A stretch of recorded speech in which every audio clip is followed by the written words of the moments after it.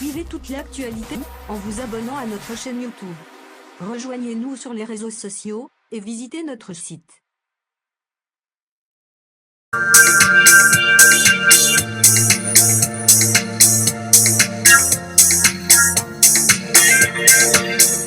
Pour le talk show de ce soir, nous avons le plaisir d'avoir Monsieur Mohamed Skandar, qui est le nouveau président du GLFCE.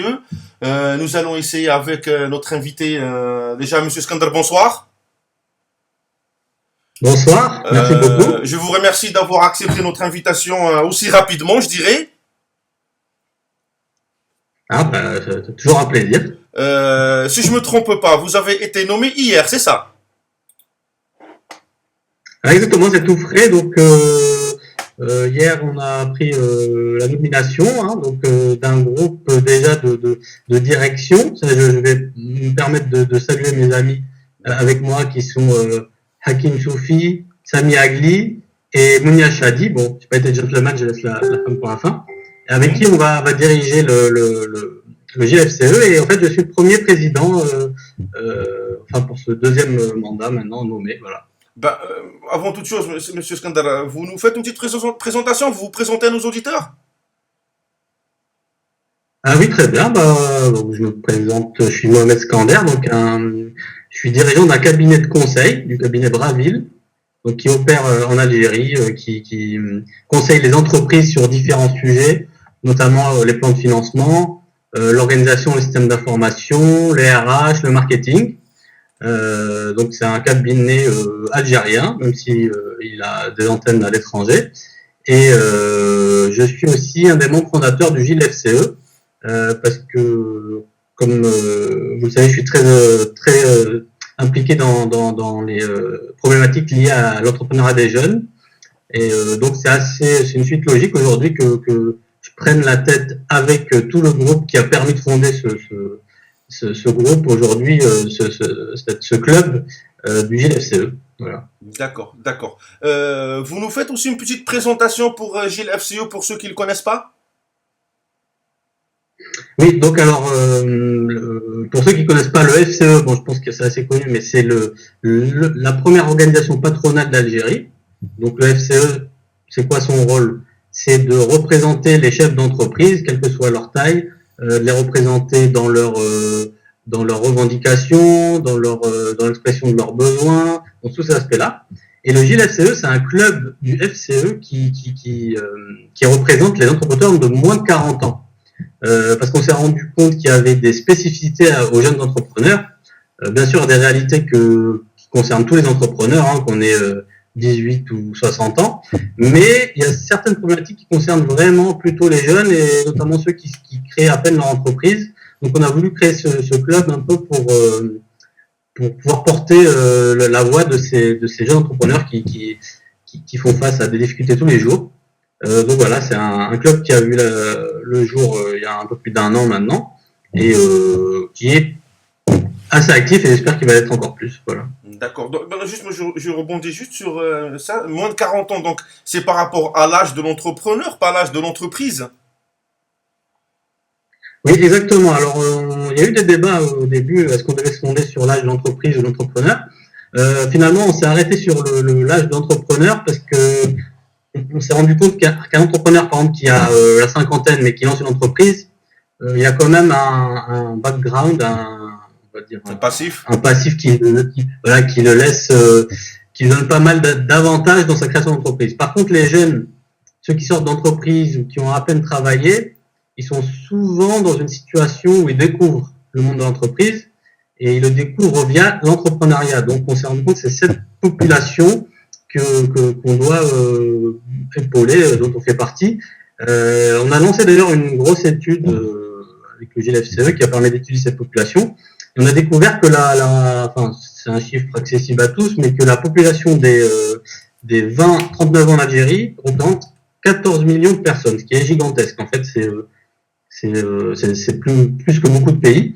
Et c'est ces personnes demain qui vont devoir créer les emplois d'Algérie. Donc il est essentiel aujourd'hui, ça devrait être une priorité nationale, de donner à ces jeunes les outils nécessaires pour créer leur entreprise, pour faire vivre leur entreprise, et dépasser le stade de quelques années d'existence. D'accord, très bien. Donc, vous me dites que Gilles FCE existe depuis une année, c'est ça?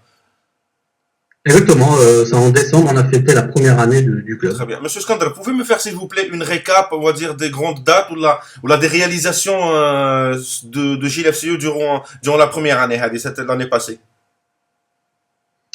Oui, alors justement, on a fait un bilan récemment, je peux vous en donner un peu les grandes lignes. Oui. On a réalisé pendant toute l'année des after-work, donc c'est parce que on s'est rendu compte, notamment via l'étude, qu'un des gros soucis des jeunes entrepreneurs, c'était de créer leur réseau. Il y en a qui disaient, qui pensaient, qui étaient fatalistes, que le réseau, on naissait avec, alors que pas du tout, ça se crée. Donc on a créé ces after-work pour que les gens puissent échanger, rencontrer des grands capitaines d'industrie, des experts. Ça, c'est une grosse réalisation de l'année. D'ailleurs, c'était Hakim Soufi qui a très bien porté ce projet. Et aujourd'hui, c'est une des grandes réussites, je pense, du Gilles FCE pendant cette année.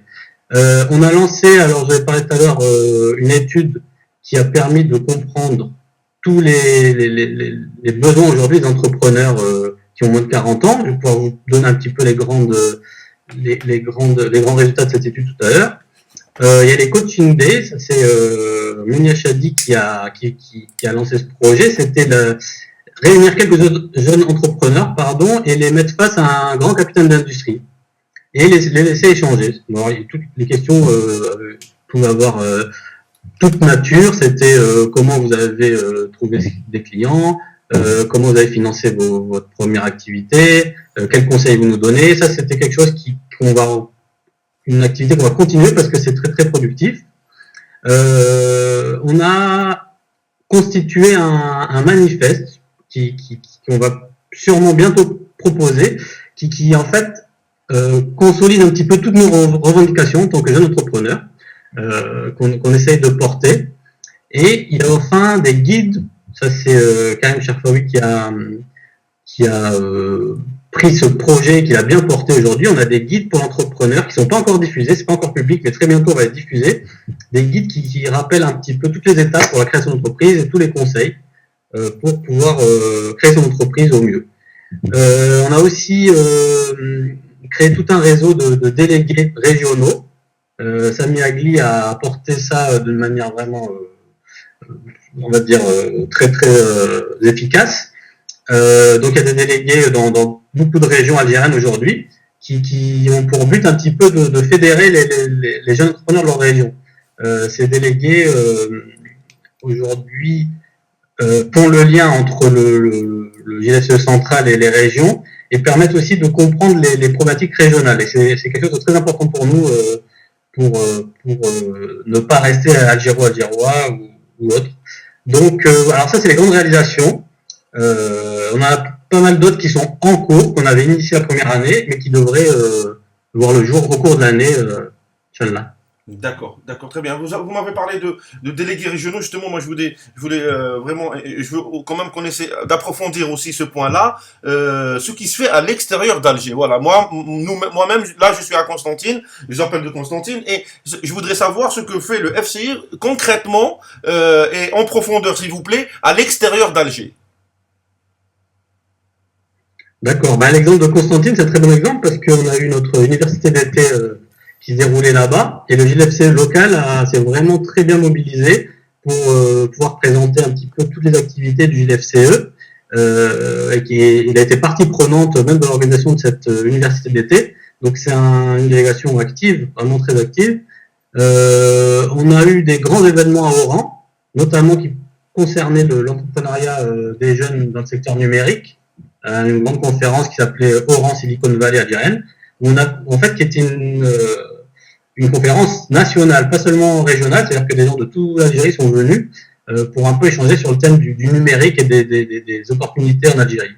Récemment, je sais aussi qu'à Tlemcen, le délégué local a organisé une conférence sur les technologies qui s'est très bien déroulée. On a des éléments équivalents à Biskra, enfin un peu partout en Algérie, en fait, on peut vous lister des événements et c'est ce qu'on essaie de promouvoir, en fait. On est un groupe aujourd'hui. On essaie de ne pas avoir un fonctionnement trop pyramidal. On aimerait que chacun prenne chacun prenne ses, on va dire, responsabilités, mais aussi son pouvoir pour pouvoir exercer sur ces thèmes. Et aujourd'hui, a priori, on est très content du résultat, c'est que les délégués locaux ont pris à pleine main leur rôle et deviennent des vrais présidents presque JLFCE locaux. D'accord. D'accord. En termes de membres, le JLFCE englobe combien d'entreprises? Combien de membres? Alors, on a eu un développement très très rapide parce que, comme je dis, on a un an.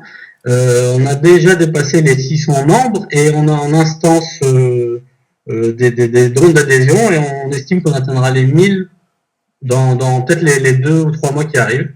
Donc, là, vous me parlez sur le territoire national. Pardon? Là, vous me parlez sur le territoire national. Voilà, en Algérie, il y a 600 membres. 600 membres. Bientôt, oui. Selon les prévisions, 1000 selon les inscriptions en attente. 600, moi j'aurais imaginé beaucoup plus de membres quand même. 600, ça reste. Oui, justement, parce que.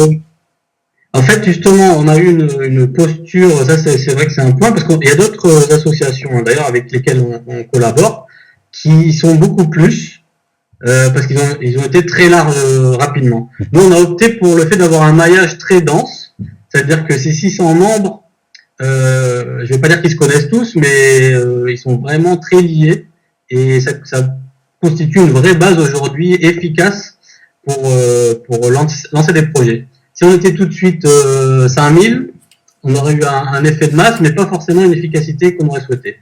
Je pense qu'une fois qu'on aura consolidé ces activités, on pourra s'étendre encore plus. Mais donc, il vaut mieux 600 membres très actifs que 5000 membres dormants. C'est notre philosophie. Et en termes de secteur d'activité, qu'est-ce que vous couvrez comme secteur d'activité en termes de membres, hein? Quels sont les secteurs d'activité les plus présents voilà. Alors bon, sur la nature d'activité, c'est très large, hein, ça va de l'agriculture au bâtiment. Il y a une activité qui est quand même très représentée, c'est l'activité liée au digital et au numérique. On avait estimé qu'on avait quand même, je pourrais vous chercher les chiffres, mais plus de 30% des membres qui sont liés à ce secteur.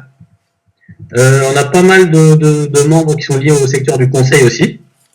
Mais on découvre que sur les moins de 40 ans, tous les types d'activités sont représentés. On a pas mal de représentants qui sont sur le bâtiment, la construction, on en a dans la santé, on a dans l'agroalimentaire. Donc c'est aussi varié que, on va dire, le FCE, mais avec une pondération beaucoup plus grosse pour les activités liées au numérique, au digital. Ça, c'est ça a été véhiculé vers ça ou c'est venu naturellement? Non, il n'y a pas eu forcément que les acteurs du numérique. Ça a été vraiment naturel. Il se trouve que, bon, on pourrait faire une étude statistique sur ce point-là, mais beaucoup de jeunes entrepreneurs aujourd'hui, et surtout ceux qui sont prêts à s'investir dans un mouvement associatif, ont développé des projets dans le numérique. Et un deuxième aspect, je pense, c'est que aujourd'hui, c'est un secteur qui reste à développer. Donc, pour un jeune aujourd'hui, c'est beaucoup plus accessible de se lancer dans le secteur du numérique. On prend son PC, on a une bonne idée, on a 2 personnes avec qui créer sa boîte, on se lance. Et je pense que ça va être un vrai vecteur de création d'emplois en Algérie les prochaines années, si on met derrière tous les prérequis pour que ça se développe. D'accord, très bien, Monsieur Skandar. Monsieur Skandar, est-ce que vous pensez que JLFCE ou la FCE tout court a les moyens de peser sur le pouvoir public dans la prise de décision, dans les orientations et tout ça? Ah oui, c'est une question très très importante parce que en fait c'est justement un des objectifs des associations patronales, même par le monde, hein, c'est que le but c'est de fédérer et d'essayer de créer un vrai dialogue avec les institutions. Aujourd'hui, le FCE a lancé beaucoup d'études, et le GFCE un peu moins, mais aussi, pour qu'on puisse prouver à nos partenaires administratifs qu'on a besoin d'aménagement. Et ça, c'est un axe prioritaire.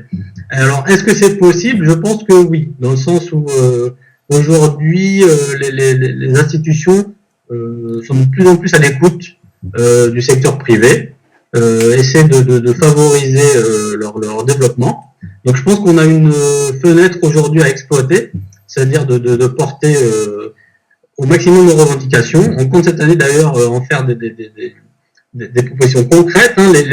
Notre étude nous a prouvé qu'il y a des points cruciaux à mettre à étudier, pardon. Par exemple, Pardon. par exemple, les points de pression, par exemple, donnez-moi des exemples, s'il vous plaît. Oui, voilà. Alors, on a relevé que beaucoup des personnes interrogées dans notre étude se plaignaient un petit peu des lourdeurs administratives. Alors, elles s'en plaignaient pas à la création. Ça, c'était une surprise d'étude. C'est-à-dire que pour la création d'entreprise, la plupart des personnes interrogées disaient que c'est assez facile. On crée son entreprise en 1 mois, 2 mois, peut-être. Par contre, c'était après que les problèmes commençaient. Donc nous, on va militer pour une digitalisation des formalités administratives. Ça, c'est dans notre plan d'action de cette année. Un autre point très bloquant pour certaines entreprises, c'est le financement. Beaucoup de personnes qu'on a interrogées se finançaient avec leurs fonds propres. Au pire, au plus avec les fonds propres de leur famille. Par contre, la culture d'aller lever des fonds, on s'est rendu compte que c'est très peu développé en Algérie. Si vous prenez un pays qui est à la pointe de ce type de financement, aux États-Unis, des jeunes de 20 ans peuvent monter un business plan, aller présenter leur projet à des investisseurs et lever des fonds jusqu'à plusieurs millions de dollars. En Algérie, c'est pas encore le cas. Donc ça, on aimerait bien œuvrer pour que d'une part, les administrations créent un cadre juridique pour ça. D'ailleurs, le FCE l'a fait. Alors, c'était pas le GILFCE, c'était le FCE qui a pas même milité pour la création des fonds d'investissement. Et il faut aussi que la culture se répande auprès des jeunes. C'est-à-dire que il faut qu'on développe un petit peu la culture de la transparence et qu'on dise aux jeunes, finalement, il vaut mieux avoir 30% d'une société qu'on crée, mais qui devient très importante et on lui donne tous les leviers pour réussir, plutôt qu'avoir 100% d'une petite boîte qui finalement va pas décoller. Donc ça, c'est aussi quelque chose qu'on aimerait promouvoir au sein du FCE, c'est cet aspect levée de fonds. Et enfin, un autre point, c'est sur l'université. En fait, il y a des très bons cursus universitaires aujourd'hui, mais il n'y en a pas assez qui sont orientés purement entrepreneuriat. Donc des majeurs entrepreneuriat, il y a certaines wilayas qui ont de bonnes, à type PASA, même à Constantine, on nous a parlé de bons cursus, mais c'est pas suffisant aujourd'hui. Il faudrait que, comme dans les grandes business schools, on ait une majeure entrepreneuriat que les jeunes peuvent choisir et qui leur permet dès le départ d'avoir tout le savoir pour lancer leur business et même des incubateurs intégrés pour tester leur concept. Ça, c'est quelque chose, c'est un vrai point sur lequel on va travailler cette année. Pardon, on a Monsieur Skander, pardon, s'il vous plaît. Quand vous me dites incubateur intégré, vous parlez de quoi exactement? Intégré où?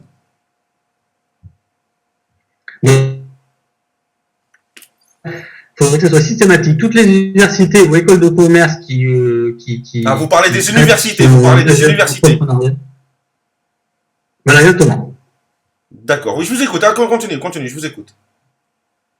Oui, voilà, donc toutes les universités qui ont une majeure entrepreneuriat doivent avoir un incubateur intégré qui permette à ceux qui veulent créer leur entreprise de le faire via l'incubateur, qui leur permet d'avoir directement accès à tout un écosystème de fournisseurs, de conseils, d'appui juridique, tous ces aspects-là.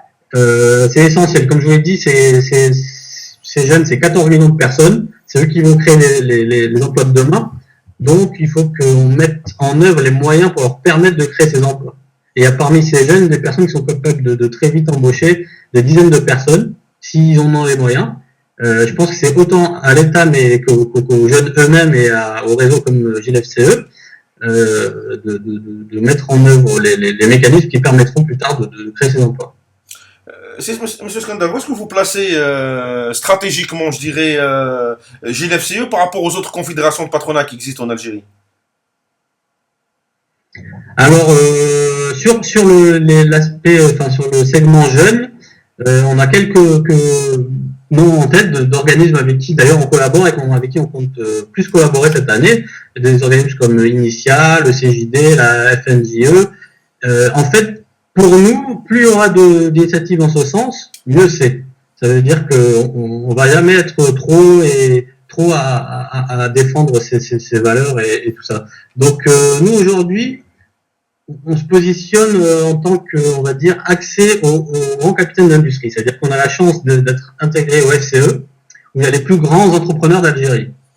Donc nous, notre rôle aussi, c'est de créer un pont entre ces grands industriels, qui peuvent être des clients, des fournisseurs, des conseils, et les jeunes qui souhaitent adhérer au GLFCE. Donc je pense que une des spécificités du GLFCE, c'est celle-ci. Par contre, on a un combat qui est commun avec tous les autres organismes qu'on a cités.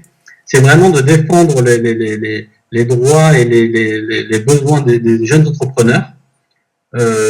Donc, on va de plus en plus privilégier les partenariats avec ces autres organismes. Voilà. Vous pouvez me donner d'exemples d'organismes? Oui, alors je vais citer. Non, les plus proches, les plus proches, avec qui vous collaborez déjà, les plus proches.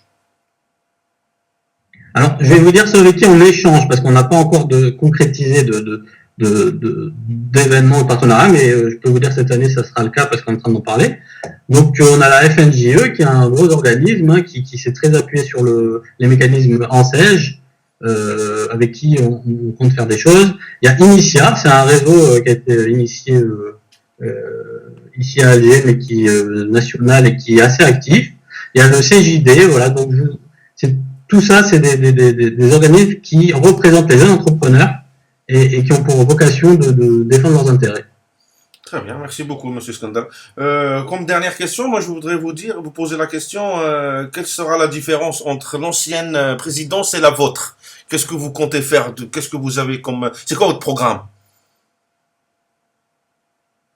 Alors, déjà, on tire chapeau sur l'ancienne présidence avec tout ce qui a été fait, parce en un an, on a eu quand même beaucoup de réalisations. Maintenant, on a cette nouvelle année, en fait, on a un montage qui est un peu différent, c'est-à-dire on a une présidence collégiale, on a un comité de direction. Donc, je vais citer le nom de mes amis avec qui on tient ce comité. Donc, on va essayer de favoriser la remontée d'informations et l'intégration du plus grand nombre. Donc, en fait, vous en parliez au début de l'interview. Un des grands axes, ça va être, et d'ailleurs, c'est un des souhaits aussi du président du FCE, la décentralisation. C'est-à-dire qu'on va essayer maintenant qu'à Alger, on a fait le nécessaire, on va vraiment essayer de développer les actions en région, dans toutes les wilayas. Et ça va être je pense que ça va être la couleur de cette année, ça va être celle de la décentralisation. Voilà. D'accord. Donc c'est ça votre thème principal, on va dire. C'est ça. Décentraliser quoi exactement? Décentraliser l'action du JLFCE pour que, à la fois dans un sens comme dans l'autre, ça veut dire que les régions, les wilayas peuvent remonter vers nous leurs besoins pour qu'on puisse les porter, nous, vis-à-vis des partenaires. Et nous aussi, les messages qu'on a pu recevoir et collecter, les redescendre et les redistribuer en région pour que tous les responsables régionaux puissent initier des actions qui vont dans le sens de l'intérêt commun des jeunes entrepreneurs. D'accord, très bien, Monsieur Skandar. S'il vous plaît, une question un peu indiscrète, si le mot peut être utilisé. Le changement de direction, il s'est fait. Pourquoi il y a eu un changement de président? Est-ce que c'est dans je dirais dans la norme des choses, vous changez de président chaque année, ou pourquoi il y a eu un changement de président? Oui, en fait, comme je dis, le club GLFCE a été créé il y a un an et c'est un club, c'est-à-dire que c'est pas une entité juridique à part, on fait partie à part entière du FCE. Et on avait dès le départ, on s'était posé des questions sur comment on devait présider, quelle était la gouvernance de ce club. Il y a eu un président, Toufik Lohari, qui a pris en main le sujet dès le départ parce qu'il fallait quelqu'un pour incarner ce club. Par contre, il y avait des réflexions qui étaient menées en parallèle sur quel devait être l'avenir de la gouvernance. Et l'horizon d'un an avait déjà été évoqué d'ailleurs même par Toufik lui-même. Et donc c'est dans la logique des choses que là finalement on a tourné avec un comité de direction. Donc c'est quelque chose qui était naturel et qui était évoqué déjà auparavant, parce que certains pensent que c'était vraiment brutal, mais en fait c'était en réflexion et c'est dans l'évolution naturelle des choses. Voilà. Très bien, très bien. Monsieur Skandar, moi je vous remercie beaucoup pour cette petite demi-heure qui était très instructive. J'espère qu'il y aura beaucoup d'autres demi-heures, qu'on aura l'occasion de vous revoir, de vous avoir au besoin. J'espère bien. Ben, je vous laisse nous dire un dernier mot pour terminer. Un dernier mot? Oui, pour terminer, je vous laisse la parole. Alors, si je devais revenir sur une chose, s'il y a des jeunes entrepreneurs qui nous écoutent, c'est de leur dire déjà, rejoignez-nous si vous voulez œuvrer et que vous vous sentez appartenir à une communauté, la communauté des entrepreneurs, parce que vous n'êtes pas seul. En fait, on est des milliers, voire des millions à connaître les mêmes difficultés, les mêmes galères du début d'activité. Donc, n'hésitez pas à nous rejoindre, à œuvrer, parce que aujourd'hui, comme ceux qui vont créer les emplois, qui créent les emplois de demain, donc on doit aujourd'hui porter toutes nos revendications pour avoir un terrain propice à ce développement. Donc voilà, voilà le message. Voilà. Merci beaucoup, Monsieur Skandar. Je vous dis à très très bientôt et au revoir. Merci beaucoup, à très bientôt. Au revoir. Suivez toute l'actualité en vous abonnant à notre chaîne YouTube. Rejoignez-nous sur les réseaux sociaux et visitez notre site.